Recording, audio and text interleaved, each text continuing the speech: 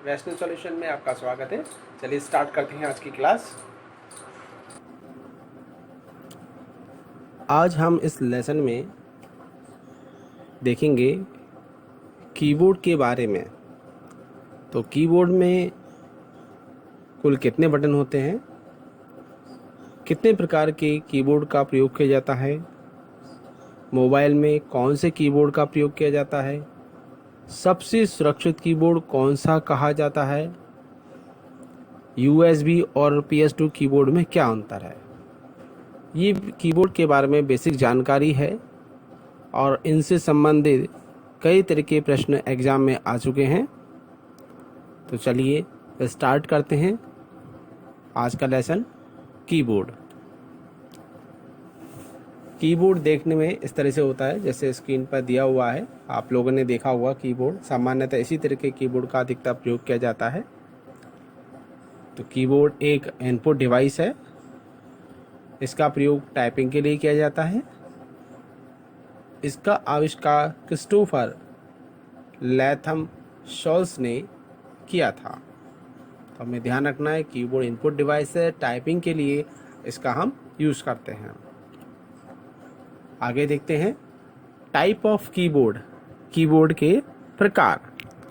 तो वर्तमान में कई प्रकार के कीबोर्ड प्रयोग में लाए जाते हैं, जैसे basic keyboard, extended keyboard, PS2 keyboard, USB keyboard, wireless keyboard और वर्चुअल कीबोर्ड। तो सबसे पहले हम देखते हैं बेसिक कीबोर्ड के बारे में। देखिए, बेसिक कीबोर्ड सामान्यतः इसी तरह से दिखता है और इस कीबोर्ड में सभी आवश्यक बटन होते हैं। इन बटनों की संख्या 101 से लेकर के 108 तक होती है। सामान्यतः इसी कीबोर्ड का प्रयोग अधिकतर किया जाता है।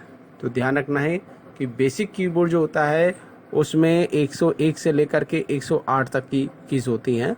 पुराने जो कीबोर्ड आते थे उनमें 101 की होती थी, बाद में 102 हो गई, उसके बाद फिर 4 हो गई, फिर 6 हो गई और वर्तमान में जो बेसिक कीबोर्ड में या हम कहेंगे कीबोर्ड में के अंदर जो कीज होती हैं उनकी संख्या वर्तमान में 108 है। इन बेसिक कीबोर्ड को स्टैंडर्ड कीबोर्ड भी कहा जाता है। सेकंड नंबर पर है एक्सटेंडेड कीबोर्ड। जैसा कि आप पिक्चर में देख रहे हैं कि इस कीबोर्ड में ऊपर की तरफ कुछ अतिरिक्त बटन दे रखे हैं। तो इस कीबोर्ड में कुछ अतिरिक्त बटन होते हैं और इसे मल्टीमीडिया कीबोर्ड भी कहते हैं।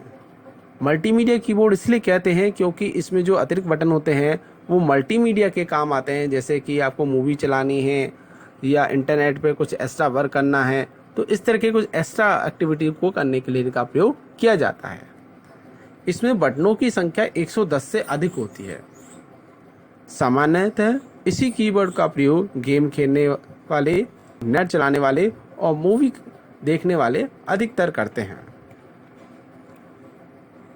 अगला है आपका PS2 keyboard. PS2 keyboard basic keyboard ही होता है एक तरह का, लेकिन इसके अंदर की जो कनेक्शन पिन होती है जिससे हम इस कीबोर्ड को CPU से अटैच करते हैं, जोड़ते हैं, उस कनेक्शन वायर में इस तरह का पोर्ट लगा होता है जिसमें टोटल 6 पिनें होती हैं।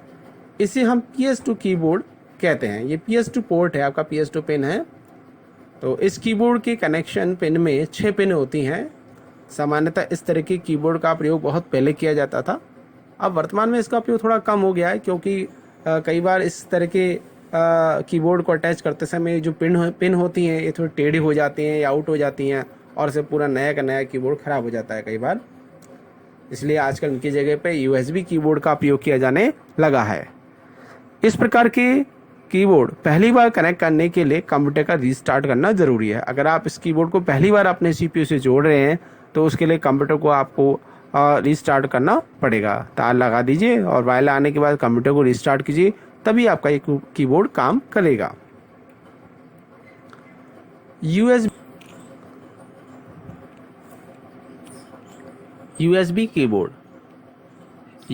कीबोर्ड का प्रयोग अधिकतर किया जाता है।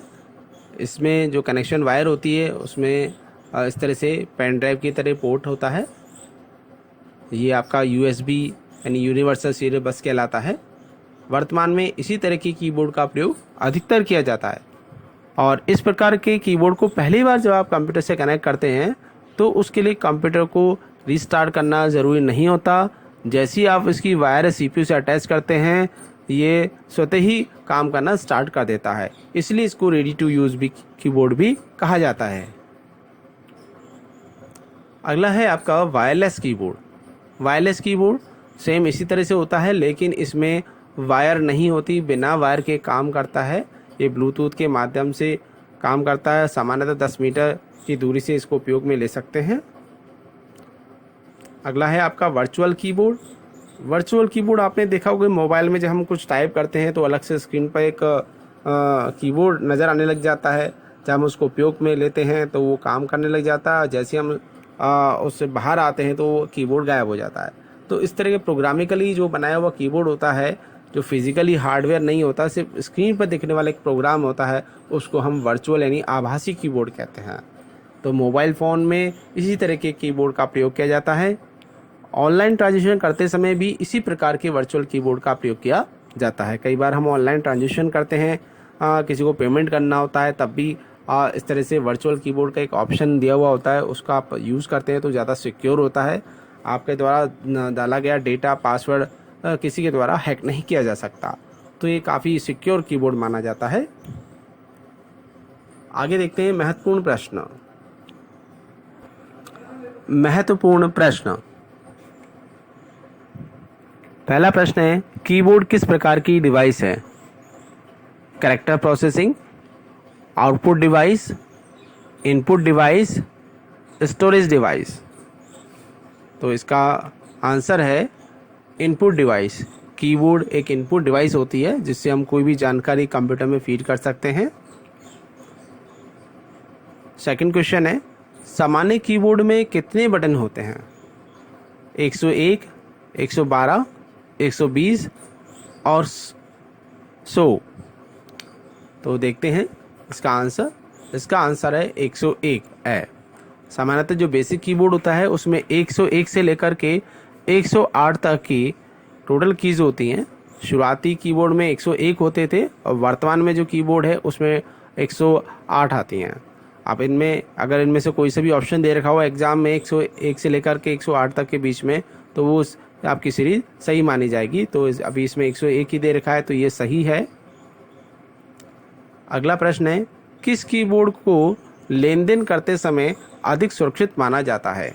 ऑप्शन है extended keyboard, virtual keyboard, USB keyboard, basic keyboard.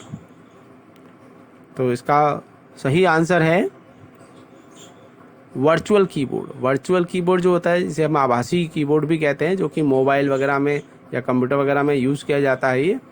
तो ये स्क्रीन पर एक प्रोग्राम की तरह होता है जो स्क्रीन पर दिखाई देता है, कीबोर्ड जैसा ही दिखता है, हालांकि फिजिकल बटन नहीं होते हैं। और ऑनलाइन ट्रांजेक्शन के समय, लेन देन के समय इसका उपयोग किया जाता है।